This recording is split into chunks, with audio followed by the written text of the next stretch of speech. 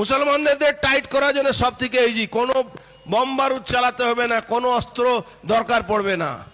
এদেরকে পাঞ্চার বরাবর এদের দোকান থেকে না, এদের দোকান থেকে মাংস কিনবেন না, এদের দোকান থেকে মুরগি কিনবেন না, এদের দোকান থেকে মাছ কিনবেন না, এদের কোনো দোকানদারে এদের অটো রিক্সা টোটো রিক্সা বসবেন না, এদের ভাতে মারুন আপনারা।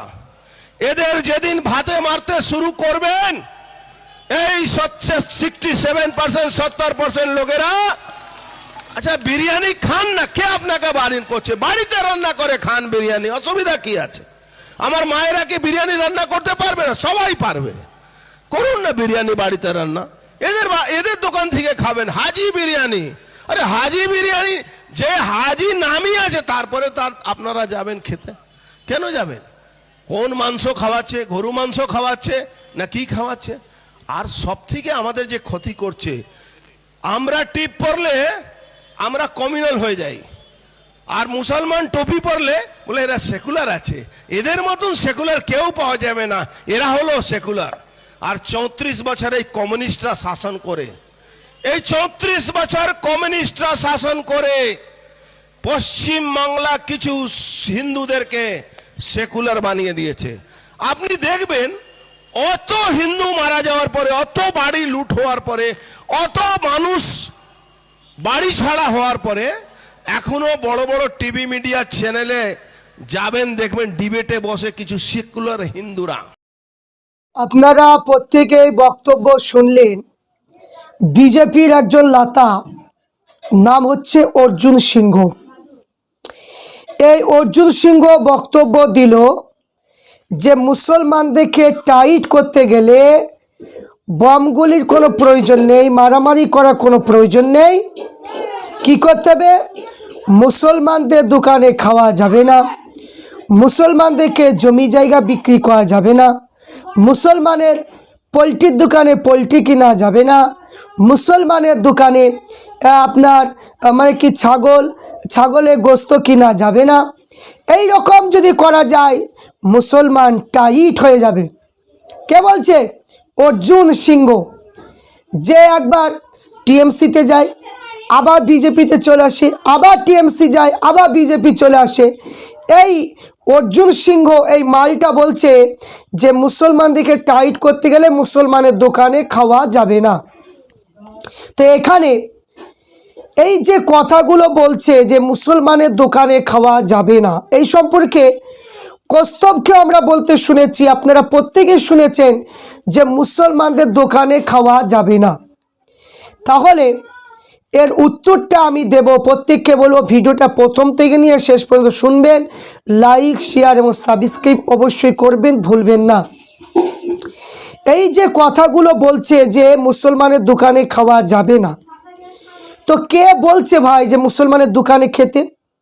আমরা কি বলছি যে ভাই আমরা অভাবে পড়ে গিয়েছি, আমরা খেতে পাচ্ছি না, আমাদের দোকানগুলোতে তোমরা খাও, না খেলে আমাদের দোকানগুলো চলছে না, তোমরা আমাদেরকে জায়গাগুলো বিক্রি করো, না করলে আমরা বসবাস করতে পারছি না, তোমরা আমাদের দোকানে তোমরা মানে কি সব কিছু খাও, নয়তো আমাদের দোকানগুলো বন্ধ হয়ে যাচ্ছে। আমরা কি বলছি? না হাতে পায়ে ধরে বলছি যে ভাই তোমাদের খেতেই হবে, তোমাদের খেতেই হবে, এইরকম বলছি? আমি বলতে চাই যারা বিজেপি করছে, যারা বিজেপি আরএসএসের দালাল, যারা বিজেপি করছে, বিজেপি কর্মী যারা আছেন, তাদেরকে বলবো যে আপনাদের মুসলমানের দোকানে আপনাদের খাওয়া কোনো প্রয়োজন নেই, আপনাদের খেতে হবে না। কিন্তু যারা প্রকৃতি, যারা হিন্দু ভাই হিন্দু বোন যারা আছে, তারা অবশ্যই এই সমস্ত মানুষের কথা কোনো দিনই গ্রহণ করতে পারে না। আজ বলুন যে মুসলমান কোনো নেতা, মুসলমানের কোনো নেতারা এই কথা বলেছে? আমাদের আইএসএফের একজন বিধায়ক এবং সম্মানীয় এমএলএ পীরজাদা নওশাদ সিদ্দিকী ভাইজান, তিনি জাতি ধর্ম বর্ণ নির্বিশেষে পিছিয়ে পড়া মানুষের কণ্ঠস্বর, তিনি পিছিয়ে পড়া মানুষকে নিয়ে তিনি যে দলটা করছেন আইএসএফ দল, আপনারা বলুন সমস্ত জাতি ধর্ম বর্ণ নির্বিশেষে প্রত্যেক মানুষ আপনারা বলুন যে পীরজাদা নওশাদ সিদ্দিকী ভাইজান কোনোদিন কি এই কথা বলেছে? কোনো মুসলমানদেরকে কি বলেছে কোনোদিন যে তোমরা হিন্দুদের দোকানে খেও না, হিন্দুদের টোটোতে চেপো না, হিন্দুদের মিষ্টির দোকানে খেও না, এরকম কথা কি বলেছে? বলেনি। কারণ পীরজাদা নওশাদ সিদ্দিকী ভাইজান একজন শিক্ষিত মানুষ এবং তিনি যোগ্যতম কথা বলেন এবং তিনি সুন্দর সুন্দর মানুষের কথা মানুষকে বোঝায়। কিন্তু এই সমস্ত এই অর্জুন সিংহর মতো মুরুক্কু অশিক্ষিত বর্বরের মতো নেতা তিনি নন। এই সমস্ত অশিক্ষিতগুলোকে এই বাংলাদেশ থেকে আসা এই সমস্ত বিজেপি যারা নেতা হয়েছে আজ এই নেতা কথাগুলো আজ এই রকম করে পশ্চিম বাংলার জমিনে এসে হিন্দু মুসলমান করে দাঙ্গা বাঁধাচ্ছে। আর চিন্তা করুন এত বড় সাহস যে আমাদের হিন্দু মুসলমানের মধ্যে একটা ভ্রাতৃত্ব ভালোবাসা রয়েছে, আর ভ্রাতৃত্ব ভালোবাসাগুলো এই সমস্ত এই চুটকি ফুটকি নেতাদের কারণে সেই ভ্রাতৃত্বটা নষ্ট করার জন্য এরা উঠে পড়ে লেগেছে।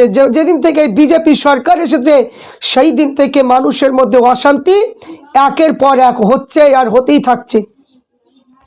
আমি বলবো যারা এই কথা বলছেন আর যে সমস্ত ব্যবসায়িক যারা হিন্দু ভাই আছে, অনেকে হিন্দু বোন ব্যবসা কি করে ব্যবসায়িক যারা, তাদেরকে আমি বলবো যে এই কথাটা অর্জুন সিংহ কৌস্তব বাগচি বলছে, এই কথাগুলো আপনারা কতটা সাড়া দিচ্ছেন? তাদের কথা শুনছেন?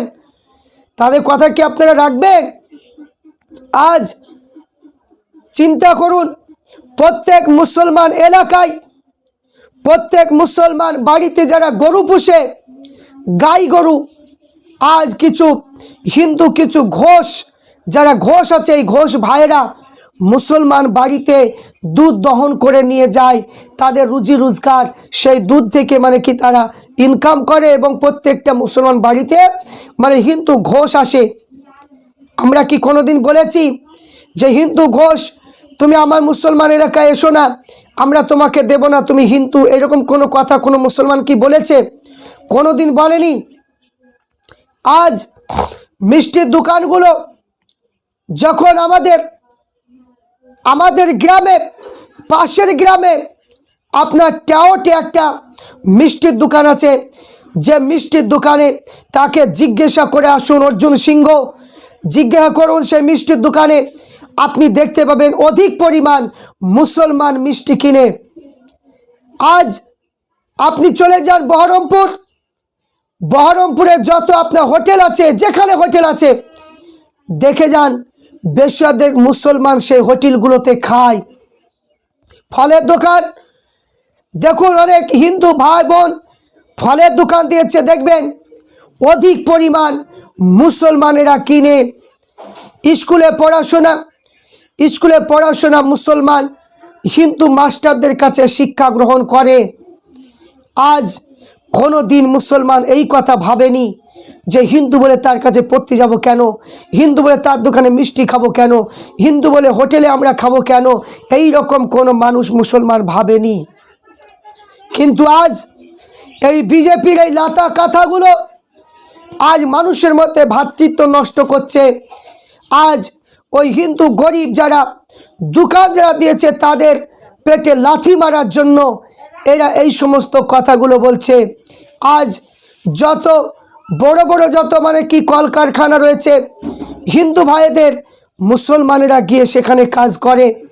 আর যদি মুসলমান সেখানে যদি না যায় তাহলে সেই কাজগুলো হবে না। তাহলে চিন্তা করুন আজ ঈদের সময় মুসলমান এত পরিমাণ মিষ্টি কেনে, দই কেনে, যা মিষ্টির দোকানিরাই বলে, হিন্দু ভাই মিষ্টির দোকানিরা বলে যে মুসলমান যে পরিমাণ খায় ঈদের দিনে মিষ্টির দোকানে মিষ্টি পাওয়া যায় না। মুসলমানদের সঙ্গে এই রকম দুর্ব্যবহার এই বিজেপি করছে। এই কামচুষ, এই সমস্ত হিংস্র, এই সমস্ত এই অর্জুন সিংহর মতো এই মানুষগুলো শুধু দ্বন্দ্ব বাঁধাতে চাইছে। তাই আমি বলবো যারা প্রকৃতি, যারা দেশের প্রেমিক, বাংলা ভাষায় যারা মানুষ, জাতি ধর্ম বর্ণ নির্বিশেষে আমাদের মধ্যে যে ভ্রাতৃত্ব রয়েছে এটা থাকবে, এবং এইটা কোনো পৃথিবী কোনো নেতা মন্ত্রী এটা আমাদের কোনো দিনই আলাদা করতে পারবে না। এবং আমরা নেতাদের কাছ থেকে ধর্ম আমরা শিখব না, আমাদের মধ্যে যে ভ্রাতৃত্ব ভালোবাসা আছে সেটা থাকবে। এরা হচ্ছে হিংসা, এরা আপনার কি করবে, হিন্দু মুসলমানের মধ্যে দাঙ্গা বাঁধাবে, হিন্দু মুসলমানের মধ্যে ভ্রাতৃত্ব নষ্ট করবে। 26-এ ভোটে জেতার জন্য তারা এই পরিকল্পনা করছে। তাই অর্জুন সিংহর এই বক্তব্যই আমরা ধিক্কার জানাচ্ছি। আইএসএফের তরফ থেকে অর্জুন সিংহর এই বক্তব্য আমরা ধিক্কার জানাচ্ছি। আজ এরাই বলে মুসলমান জিহাদি, এরাই বলে মুসলমান সন্ত্রাসী। তাহলে সন্ত্রাসী জিহাদিমূলক কথাটা কে বলছে? অর্জুন সিংহ বলছে। কে বলছে? শুভেন্দু অধিকারী বলছে, সুকান্ত মজুমদার বলছে, অসীম সরকার বলছে। এরাই তো মানে কি বলছে? মানুষের মধ্যে দ্বন্দ্ব বাঁধানোর জন্য। আমাদের কোনো মুসলমান কোনো নেতা মন্ত্রী কেউ বলেছে? কোনোদিন বলেনি। আমাদের নওশাদ ভাই কোনোদিন বলেনি। আমি বলবো যে এদের শিক্ষা কম। আমি বলবো নওশাদ সিদ্দিকী ভাইজানের কাছ থেকে শিক্ষাটা নিতে, রাজনীতি কীভাবে করতে হয়, কীভাবে কথা বলতে হয়, আমি বলবো তাদেরকে শিখতে। যদি শিখে অবশ্যই উপকারে আসবে, তারা বুঝতে পারে।